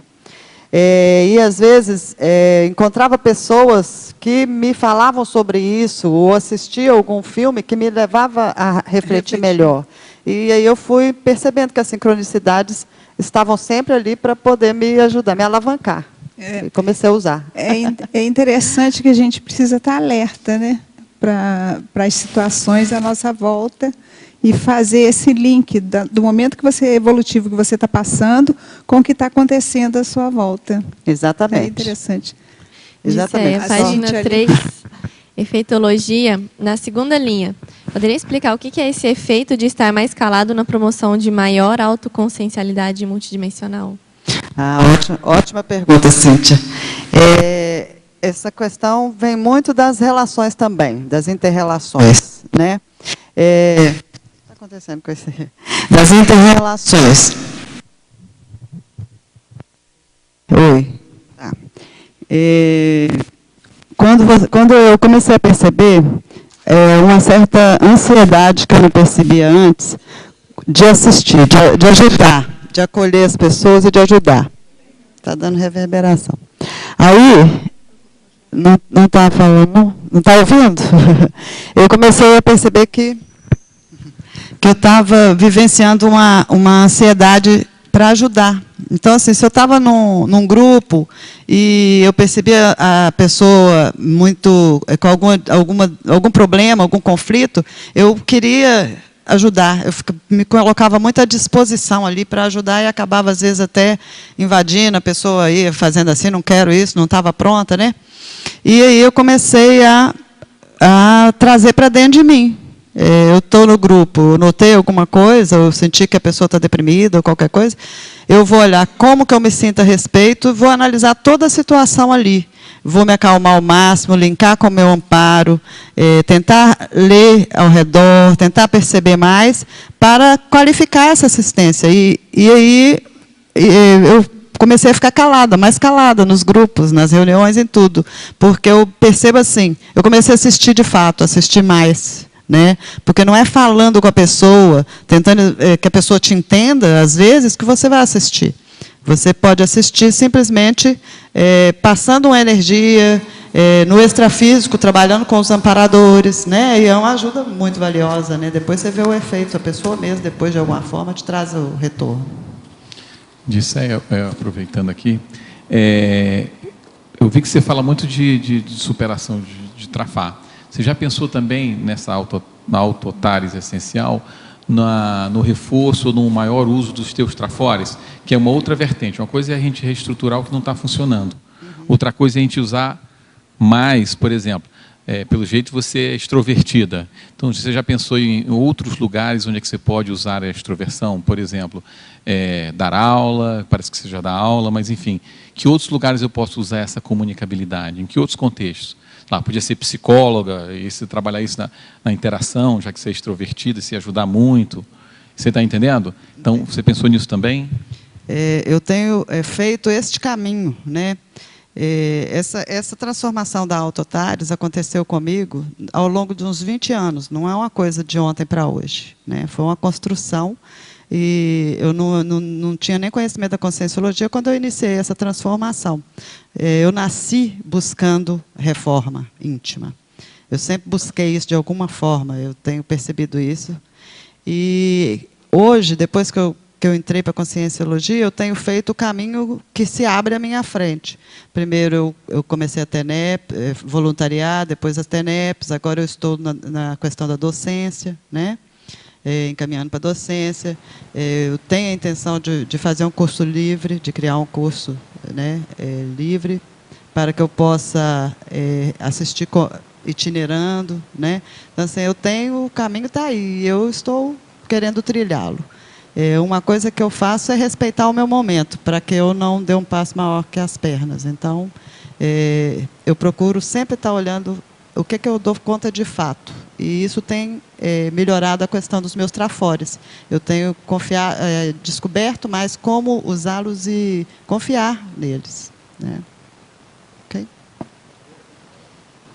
Por favor, fale mais sobre a técnica da reeducação emocional. A questão da reeducação emocional passa para mim, eu consegui, né, essa reeducação aprendendo a lidar com as minhas dificuldades emocionais. Se eu estou num momento, eu estou aqui, aí eu começo a sentir uma ansiedade, a primeira coisa que eu faço é parar e olhar para dentro de mim. Espera aí, como é que surgiu essa ansiedade? Por quê? O que eu posso fazer para resolver esse conflito? E aí eu vou trabalhando internamente. Vou respirando, vou tentando conversar comigo mesmo, né? Bater um papo interno. E aí eu vou conseguindo lidar cada passo com a emoção que eu estou naquele momento. Vou me reeducando, ao invés de deixar que a emoção se junte uma com a outra, e daqui a pouco eu tenho um piti, né? Porque eu não percebi que eu estava ficando exasperada, eu vou lidando a cada momento que ela aparece. Então, vai gota a gota, e aí se torna um hábito saudável e as emoções vão se reeducando naturalmente. A gente vai trabalhando com isso. Ficou claro? Agora, professora Dirceia, você acaba de falar da sua situação de embaixadora diante de um grupo que não conhece nada de conscienciologia. Poderia esclarecer de que maneira você participa de uma conversa onde o grupo só fala de religião, em que os filhos tiveram confirmação e primeira comunhão? O que poderia ser dito para assistir essas pessoas? Essa pessoa está falando de Madrid. Esse negócio de confirmação deve ser alguma coisa da Igreja Católica, né? Tá certo? Assistir um grupo não é fazer esse grupo ser diferente. Na minha opinião, assistir um grupo dar o melhor de si enquanto estiver próximo do grupo. Se não houver outra opção, né, se houver a opção de ir embora, de sair fora do grupo, de ir compartilhar com o seu grupo, né, fazer uma assistência com um outro grupo que você vai ajudar a esclarecer mais, beleza. Se não, o que você vai fazer? Você vai estar ali disponibilizando suas melhores energias para os amparadores, ou vai ter momentos que você vai ter que fechar completamente o seu campo, porque você não dá conta, não tem banca para aquilo ali, né? Então, cada caso é um caso. Cabe aí uma avaliação do que você consegue fazer e se este é o seu grupo, se é isso que você quer, fazer suas escolhas em relação a isso. Professor, tenho acompanhado as tertúlias online e visto o senhor falar bastante a respeito daquela moça muito simpática da dança egípcia com a sua cobra. Conheço a Conscienciologia desde 1998 e sempre li e ouvi que o processo artístico atrasa a evolução da consciência. Portanto, me questiono, está havendo uma mudança de paradigma? Porque, de uns tempos para cá, esse processo tem sido incentivado, inclusive com a presença de vários artistas na Cognops. Penso que esse debate é interessante, até para nos esclarecer e, consequentemente, esclarecermos os recém-chegados. Eu te agradeço muito, minha amiga, você falar uma coisa dessa para a gente clarear isso aqui. Primeira coisa, o processo da arte é uma besteirada de milênios na nossa vida. Mas você consegue viver sem arte? Eu te pergunto. Eu sou um cara que vivo fazendo arte aqui. Minha arte computador, a arte fazer a página adequada, a arte escrever isso e aquilo, tudo é arte. Vamos devagar com isso. Agora veja, você não vai ver que eu sou dedicado somente ao processo da arte para estar repetindo minhas besteiras do passado. Eu falo aqui de mental soma. Outra coisa, essa moça, ela é iniciada dentro dos processos egípcios, mas ela entende tudo sobre o processo de conscienciologia. Ela agora está vendo se arranja horário até para ser professora. Ela está fazendo o que pode. Agora, veja, todo mundo aqui já foi artista e tem um monte entre nós que somos artistas ainda. Por exemplo, esses que fazem o busto, você já viu os bustos que nós temos aqui? É o Bob, é de origem inglesa, está aí, ele não nasceu no Brasil. O homem é fora de série. A gente tem contato aí sempre, o tempo todo. Ele já fez, são mais de 100 bustos que nós já temos aqui. Olha a arte funcionando. Outra coisa, você já viu a arte arquitetônica aqui do Tertuliário? Veja bem, a cúpula, a condição que tem aqui. Olha só essas cores que tem aqui, ó. Estuda aí, ó, tem arte. Agora, o problema todo que eu chamo a atenção é isso. Vamos entender bem. O que interessa é a gente fazer o autorrevezamento através de uma obra escrita, porque essa demora mais. Por exemplo, o Everton, com a nossa equipe, gastou 1 milhão, fez isso aqui em alguns meses. Foi menos de 1 ano. Agora, o que se passa? Isso é um autorrevezamento dele. Amanhã, quando ele chegar, vai ter um processo da forma holopensênica que ele criou. Mas ele também está fazendo força, que é esse cara aqui, ó. Ele está fazendo força para fazer livro, porque ele sabe que o livro é mais sério. Amanhã eles vêm aqui e fazem um circo disso. Como é que fica? Ninguém sabe as gerações que vêm por aí afora. Quanta coisa que não muda. Então, o problema todo é escrever livro, porque faz o autorrevezamento, e o processo mental somático sai do problema artístico para entrar no processo do mental soma, dentro da ciência, da racionalidade e da lógica. Então, a mudança de paradigma não mudou nada. Agora, outra coisa séria. Eu preciso muito de falar em processo de dança aqui. Por quê? O Brasil já está com 48% de baleias. O povo engordou demais. Aumentou os pneus e os glúteos. O peso está enorme. Agora, a dança é uma das melhores coisas que tem. Tem gente que não suporta esse negócio de caminhar ou andar na esteira, que eu vivo falando todo dia. Hoje mesmo eu já falei aqui. Então, o ideal é a dança. A dança ajuda a vida. Outra coisa, eu fiz curso sobre sexualidade durante 15 anos, no Brasil e no exterior. Hoje eu não falo mais isso. Mas, de vez em quando, a gente tem que voltar a falar dos 99 temas que eu dava no meu curso de sexomática. Um dos temas é justamente o seguinte: a melhor mulher, por exemplo, na vida sexual da dupla evolutiva é a bailarina. Vocês raciocinam bem o processo da movimentação e da adrenalina que cria isso. Agora, o que se passa? A minha própria mulher participa dessas coisas. Ela é dançarina, não é da cobra, mas é amiga da outra, esse negócio todo. E outra coisa, ela é dançarina do processo suave, você sabe, daquele tipo cigano e outras coisas mais. E outra coisa, ela já fez experimentação, ela também é artista. Agora, outra arte dela, ela é uma figurinista daqui. Matéria de figurino, é arte pura. Até os homossexuais são doidos com figurinismo, etc. Estão vivo fazendo, são figurinistas. Tudo quanto é moda que tem por aí, às vezes tem um homossexual no meio. Ela é especialista também nisso. É ótima, desenhista do processo todo. Outra coisa, já escreveu 2 livros. Um sobre literatura e o outro dentro de um processo sério da arte da área da saúde. Uma outra coisa, ela atende toda semana um monte de gente no consultório dela, que tem uma clínica com vários médicos juntos. Presta atenção, eu não tenho culpa se ela tem macrosoma, se é hiperativa, mas que trabalha e atende isso tudo. Ela dança, escreve e atende consultório. Eu não tenho culpa disso, ela é ótima. Bato palma para ela. O que há? Vocês estão entendendo bem a situação? Ela entende desse assunto, a turma aqui conhece quem é. Outra coisa, ela se formou em psicologia, o currículo dela tem mais de 100 itens, para vocês terem uma ideia. O negócio é enorme, é um monte. Agora, tudo escolhido.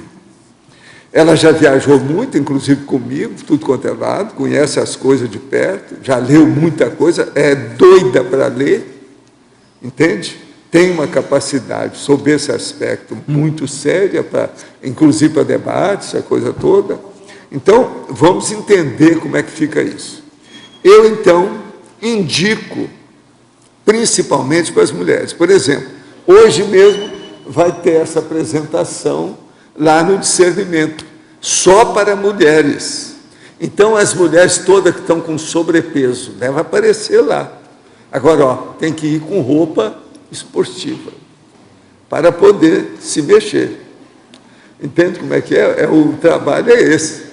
Então, agora eu acho que a nossa amiga, qualquer coisa, você sair de São Paulo, vamos ver como é que você está na dança. Que ela é... Vamos ver como é que você é com o processo da dança. Venha fazer um teste aqui. Outra coisa, aqui nós temos várias dançarinas que dão aula para as mulheres. A minha mulher, por exemplo, ela aparece mais nesse processo todo, tudo é para mulher. É mulher entre mulheres. Tem até vários, tipo assim, clubes, turmas, equipes, dessa turma toda, que ela tem contato com esse povo o ano inteiro. Aqui, no Rio, em vários lugares. Agora, qualquer hora, eles estão querendo agora que viram aí o processo da apresentação da Taida e viram também da Graça, a minha mulher. Então, eles estão agora querendo ver se eles vão fazer uma apresentação no Réveillon, aqui um dos maiores da área, no fim do ano. Vamos ver o que vai dar. Vamos ver o que vai dar disso. Agora, eu já falei com a minha mulher, se ela está bem com o consultório e as coisas todas estão caminhando, não tem nada. Qual é o problema? Vamos trabalhar com isso. Agora, eu vou continuar com a minha dança em cima da esteira aeróbica. Esse é o meu trabalho. E junto dessa que eu falei aqui, que é a Nordic Trek, que é terrível. Essa junta aí o negócio, mexe nas suas articulações, não é fácil. A pessoa transpira em pouco tempo, vale a pena. De modo que eu não sei se eu clareei tudo para você. A situação toda é essa. A gente não pode ir contra aquilo. Cada pessoa faz o que bem entende. Agora, nós mostramos o que interessa mais e o que é importante. Isso é muito sério. Agora, a Cognox, todo mundo aqui já foi artista. E uma boa parte ainda é. Tem artista aqui nas várias artes, nas várias áreas da arte, né? Vamos examinar isso. A propósito, para a nossa amiga aqui de São Paulo, eu quero dizer o seguinte, tem um canal de televisão que fez agora um horário específico, um programa maior, só de tipos de arte. Vale a pena ver o que é que tem.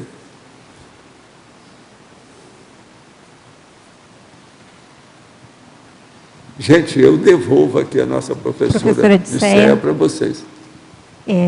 Em culturologia, na terceira linha, a evitação da cultura da tradição família. O que você considera de mais relevante nessas evitações? Tudo aquilo que me remete, que me leva a ser repetitiva numa coisa que eu já sei que não funciona. Eu fui criada dentro de um contexto onde a gente tinha muita liberdade, não tinha aquela coisa da obrigação de estar todo domingo todo mundo junto, por exemplo.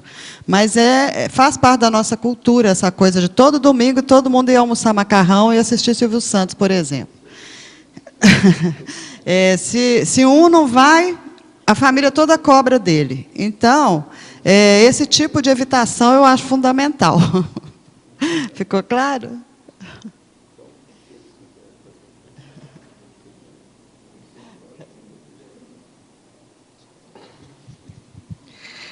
Jusceia, aqui na página 7, você fala uma listagem de 27 trafores, ou posturas pessoais, né, que são eficazes na autotarde essencial. Dentro da tua pesquisa, qual o trafor que você identificou que mais impulsionou essa sua mudança? Dentro das minhas modificações, um traço que sempre me auxiliou muito é o bom humor, né?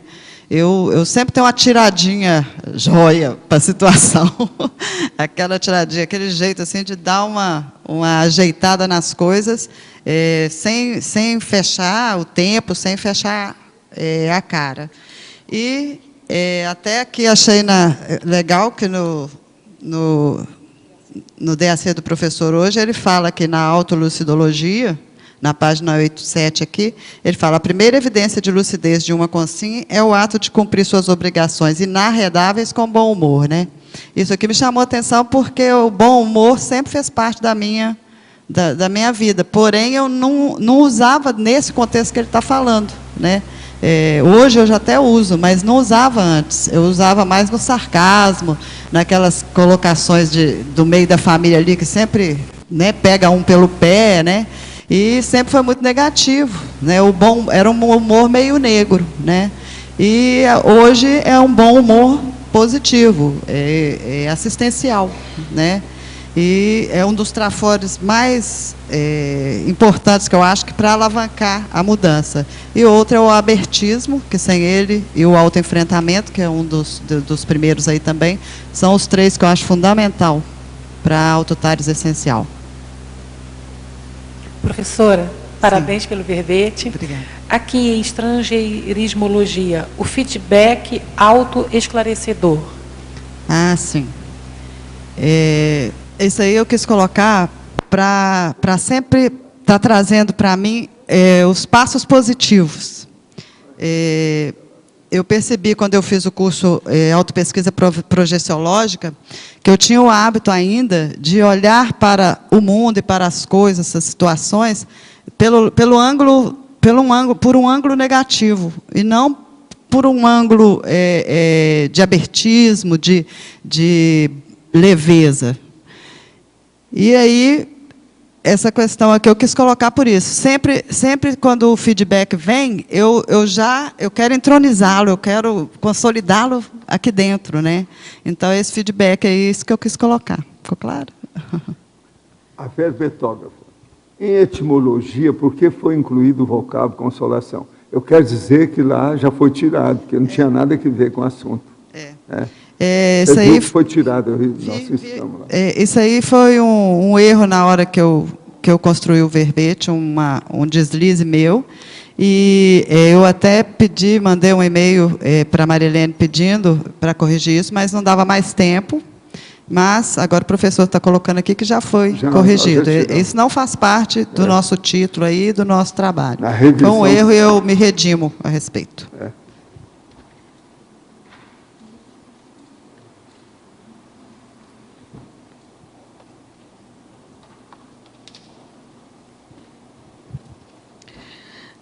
Aqui na paradoxologia, você pode comentar esse paradoxo de esperar resultados diferentes mantendo as mesmas posturas? Isso aí é uma forma viciada que eu vejo também na maioria das pessoas. Tipo, bater cabeça, né? Não dá certo. Já teve vários encontros daquela forma, por exemplo, já sabe que depois de certa hora o assunto vai para um lado e aquilo ali vai dar problema. Às vezes a gente já sabe que aquele caminho não é, mas a gente fica lá pagando para ver uma mudança que não existe e agindo sempre da mesma forma, né? Falando sempre as mesmas coisas, com a mesma ênfase. Então, assim, quando eu percebi isso, deu uma guinada nas minhas coisas, na minha vida, porque eu consegui perceber, poxa, você está sempre repetindo, né, a mesma situação, ou a mesma fala, ou a mesma forma de agir, e está querendo que aquilo ali não aconteça, mas você já sabe que só pode acontecer aquilo, né? É a mesma coisa de sentar debaixo de uma macieira e querer que caia uma banana, né?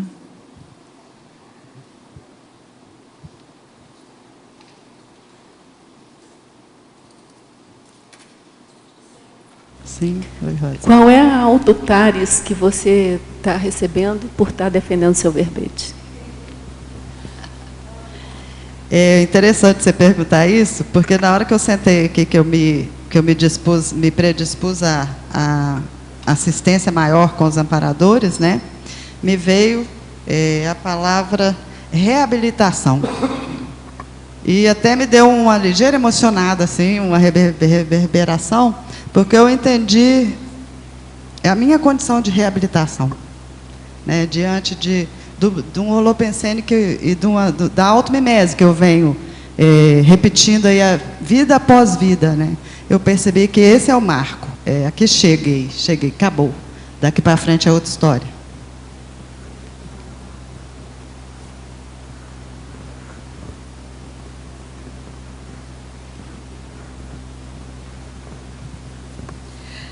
Na sintomologia, na segunda síndrome, você coloca assim, ó, a suplantação da síndrome da dispersão consciencial. Você pode falar como é que você conseguiu essa superação dentro da sua autotarse essencial? Sim. Como eu comentei antes, eu nasci buscando uma mudança íntima. Eu nasci querendo melhorar. Era uma proposta interna mesmo. Como disse o professor ontem, ele falou sobre o vocábulo, e eu acho que no meu vocábulo tinha isso. Nessa você tem que se pesquisar e tem que crescer, né? E, nesse caso, eu fui vendo... Peraí. Isso.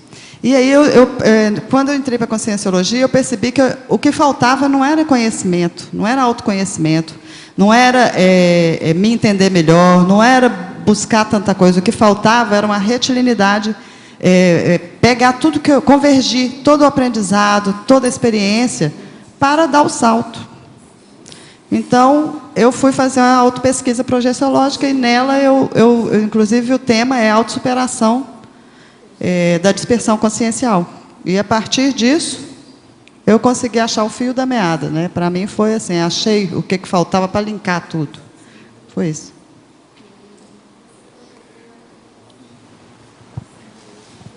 Você poderia falar sobre o auto-imperdoamento consciente? O auto-imperdoamento, para mim, vem da questão de... Eu tinha muita dificuldade de não repetir o mesmo erro.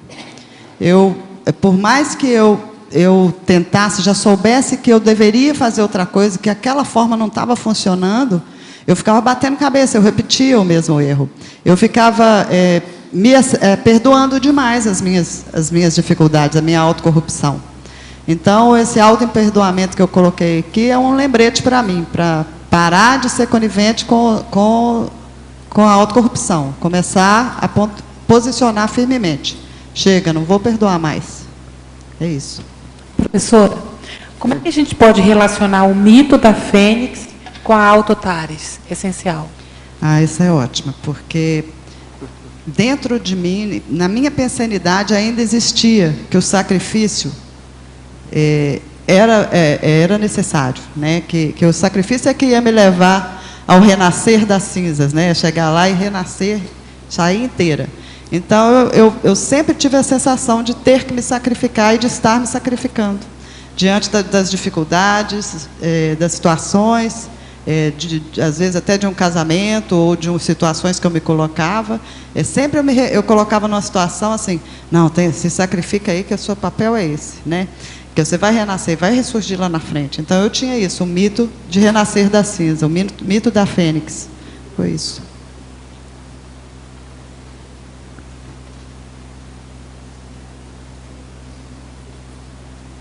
Como é que você fez para superar? Fui trabalhar a fundo quais as minhas interpretações emocionais com a religião.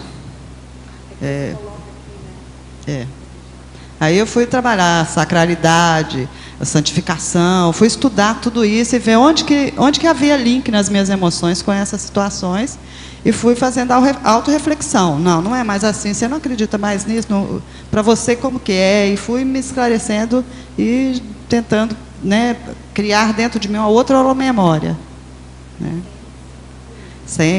Claro, sem sacrifício. Sim.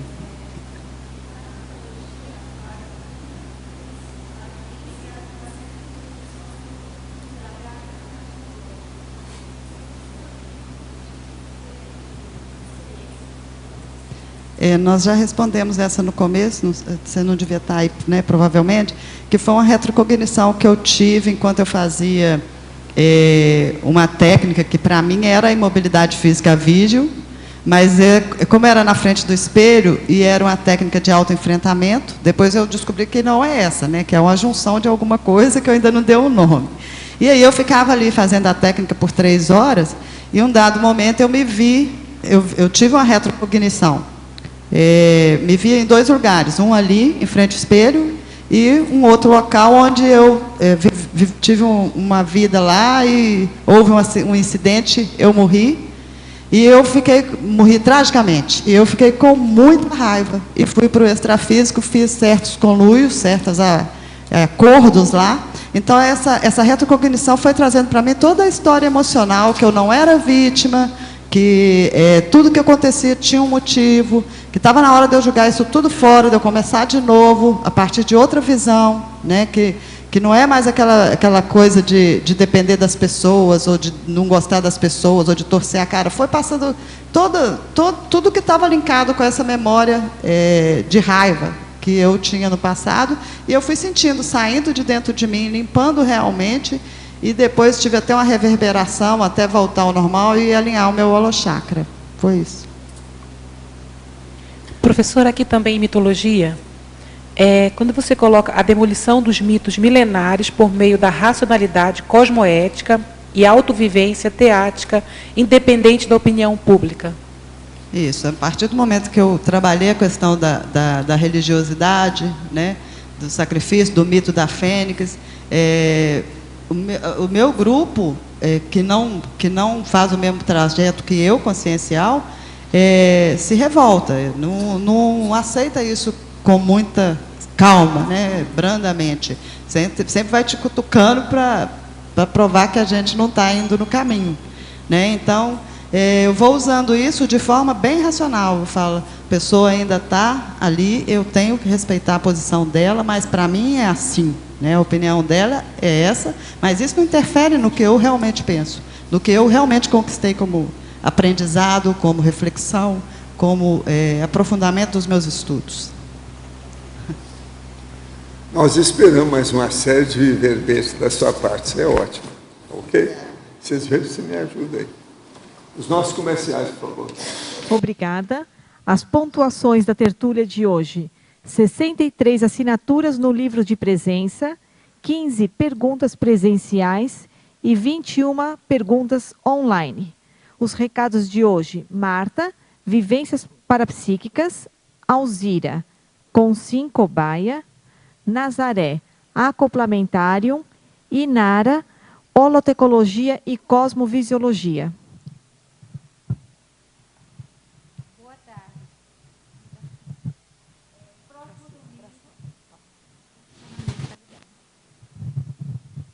Boa tarde.